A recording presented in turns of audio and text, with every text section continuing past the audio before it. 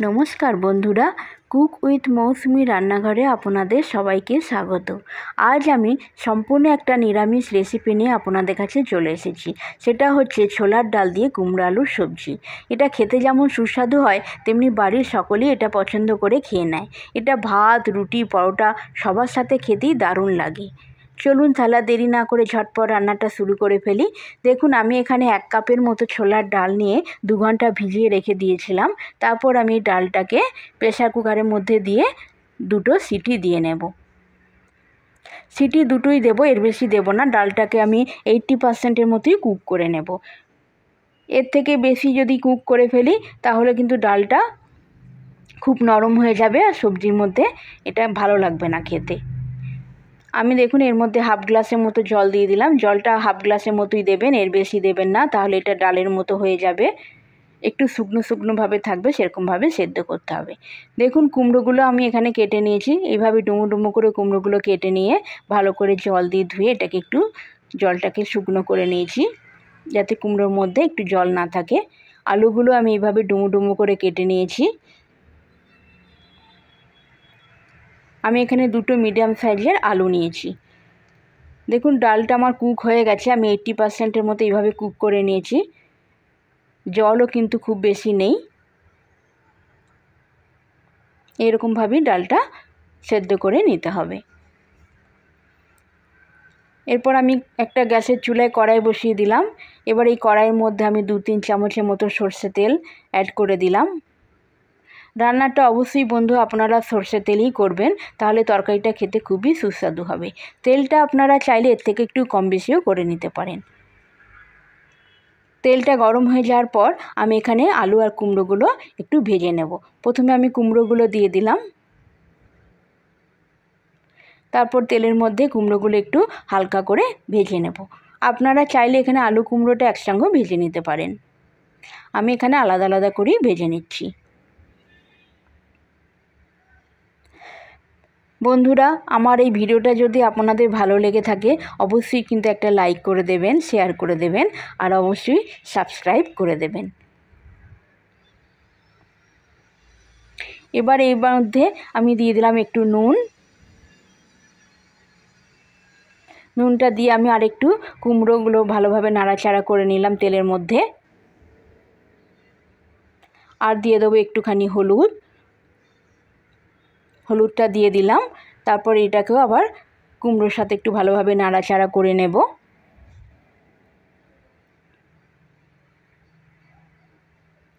কুমড়োটা এইভাবে যদি একটু ভেজে নিই তাহলে কুমড়োর কাঁচা গন্ধটা চলে যায়, খেতেও খুব সুস্বাদু হয় তরকারিটা। দেখুন কুমড়োটা আমি এইভাবে লাল লাল করে ভেজে নিয়েছি। এবার এগুলো একটা পাত্রে তুলে রেখে দেব।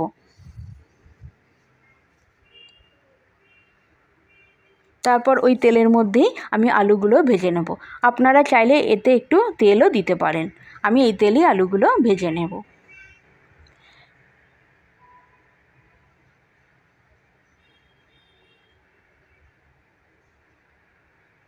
আলুগুলো আমার ভাজা হয়ে গেছে। এগুলোকে আমি একটা আলাদা পাত্রে তুলে রেখে দেব।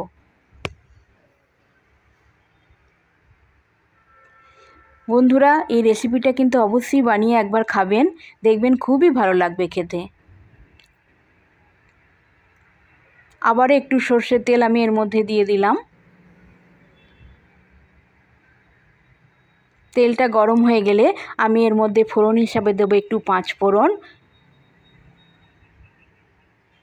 দিয়ে দেবো একটা শুকনো লঙ্কা, দারচিনির টুকরো, একটা এলাচ আর দিয়ে দেবো একটা তেজপাতা। তারপর এটাকে তেলের মধ্যে ভালো করে একটু ভেজে নেব।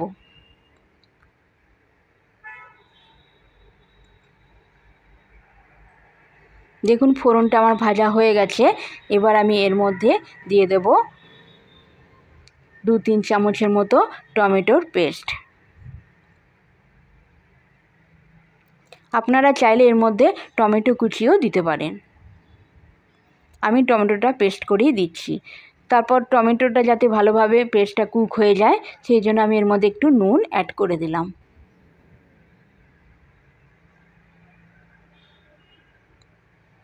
এরপর ভালো করে টমেটোটা একটু কষিয়ে নিতে হবে যাতে টমেটোর কাঁচা গন্ধটা চলে যায়। দেখুন আমি টমেটোটা ভালো করে কষিয়ে নিয়েছি। এরপর এর মধ্যে কিছু শুকনো গুঁড়ো মশলা অ্যাড করে নেব।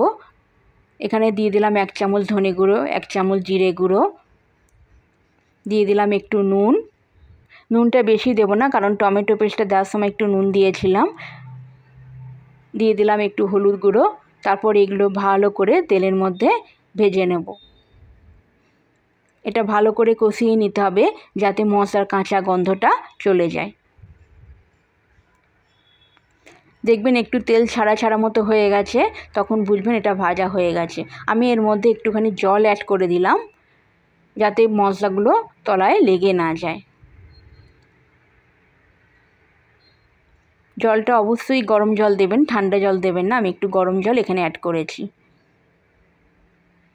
তারপর ভালো করে নেড়ে চেড়ে মশলাটা একটু কষিয়ে নিচ্ছি।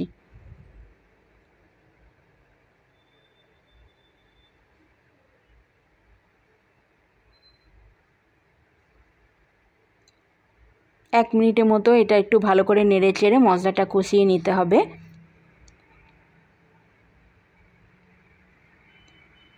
তারপর আমি এর মধ্যে দিয়ে দেবো ভেজে রাখা আলুর টুকরোগুলো। আমি প্রথমে আলুটাই দেবো, কুমড়োটা এখন দেব না, তাহলে আলুটা একটু শক্ত থেকে যাবে, কুমড়োটা বেশি নরম হয়ে যাবে, তাতে সবজিটা খেতে ভালো লাগবে না। তাই আলুগুলো আমি আগে 80% মতো কুক করে নেব, তারপর ভাজা কুমড়োগুলো এখানে দেব। আমি একটু ঢাকা দিয়ে আর একটু জল দিয়ে 2 মিনিটের মতো আলুটাকে সেদ্ধ করতে দিলাম। 2 মিনিট পর ফিরে এসে আবার এটাকে ভালো করে একটু নাড়াচাড়া করে নিলাম। এই সময় গ্যাসের ফ্লেমটা অবশ্যই একটু সিমে রাখবেন, খুব হাই করবেন না। দেখুন আলুটা আমার মোটামুটি 80% কুক হয়ে গেছে। এবার আমি ভেজে রাখা কুমড়োগুলো এর মধ্যে দিয়ে দিলাম। তারপর এটাকে আবারও আলুর সঙ্গে মশলার সঙ্গে কুমড়োটা ভালো করে মিশিয়ে নেব।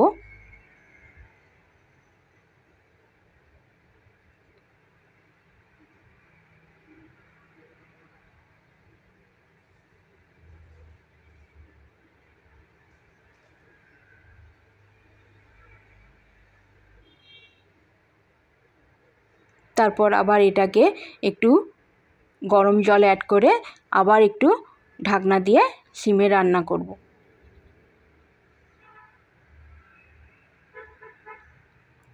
রান্নাটা আমি সিমে রেখেই করব, খুব গ্যাসের ফ্লেমটা হাই করব না। সিমে রেখে 2 মিনিটের মতো আবার আমি এটাকে কুক করতে দেব। 2 মিনিট পর আবার ফিরে এলাম। তারপর এটাকে ভালো করে আবার নাড়াচাড়া করে নিলাম। দেখুন বন্ধুরা আমার এখানে কুমড়ো আলু ভালোভাবে সব কুক হয়ে গেছে। এরপর এর মধ্যে ওই সেদ্ধ করে রাখা ছোলার ডালটাও দিয়ে দিলাম। তারপর এটাকে আবার একবার ভালো করে নাড়াচাড়া করে নিলাম।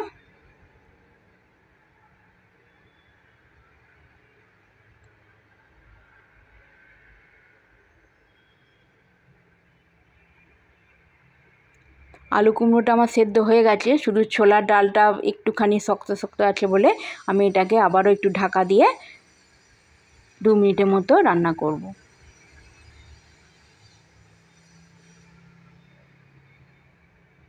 ততক্ষণ চলুন একটা ভাজা মশলা তৈরি করে নিই। আমি এর মধ্যে দিয়ে দিলাম গোটা ধনে, 2 চামচের মতো গোটা ধনে দিলাম। 2 চামচের মতো গোটা জিরে, আর দিয়ে দিলাম 2টো শুকনো লঙ্কা।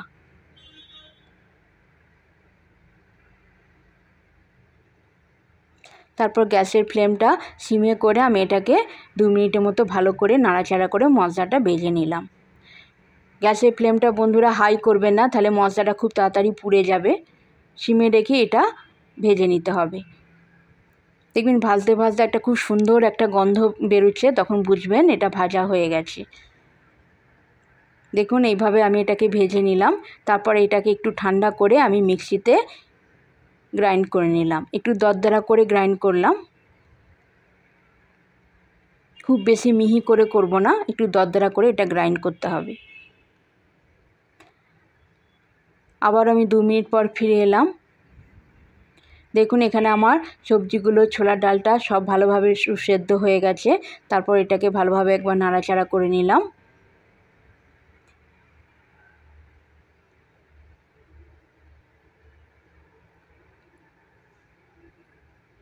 তারপর এর মধ্যে দিয়ে দিলাম 2-3টে চেরা কাঁচা লঙ্কা। তারপর এর মধ্যে দিয়ে দেবো একটু চিনি আর ভেজে রাখা গুঁড়ো মশলাটা এর মধ্যে দিয়ে দিলাম।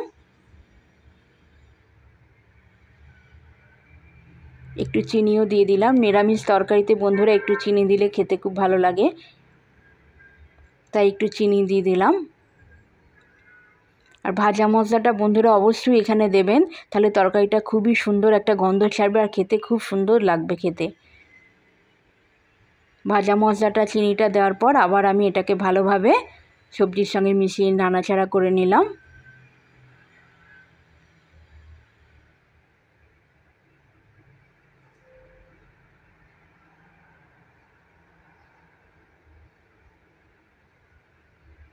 এরপর একটু ঘি আমি এর মধ্যে দিয়ে দেবো।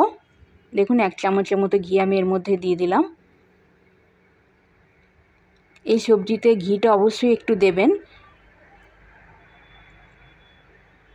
ব্যাস, রান্নাটা আমার কমপ্লিট হয়ে গেছে। বন্ধুরা এইভাবে আপনারা সবজিটা বানিয়ে খাবেন নিরামিষ দিনে, দেখবেন খুবই ভালো লাগবে খেতে। আর বেশি উপকরণও এখানে দরকার পড়ে না, ঘরে থাকা কয়েকটি উপকরণ দিয়ে আমি এটাকে বানিয়ে নিলাম। চলুন এবার এটাকে একটা পাত্রে তুলে ফেলি।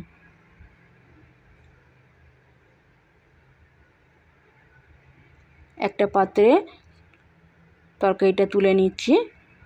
আপনারা চাইলে গ্রেভিটা একটু পাতলাও রাখতে পারেন। তাহলে বন্ধুরা দেখলেন তো, ঘরে থাকা কয়েকটি উপকরণ দিয়ে কীভাবে বানিয়ে নিলাম এই নিরামিষ রেসিপিটা। আপনারা কিন্তু বাড়িতে অবশ্যই বানিয়ে খাবেন। আর আমার এই রেসিপিটা যদি আপনাদের ভালো লাগে অবশ্যই একটা লাইক করে দেবেন, শেয়ার করে দেবেন। আর বন্ধুরা অবশ্যই কিন্তু একটা সাবস্ক্রাইব করে দেবেন। আবার কোনো নতুন রেসিপি নিয়ে আপনাদের কাছে উপস্থিত হব। ততদিনে সবাই খুব ভালো থাকবেন। ধন্যবাদ।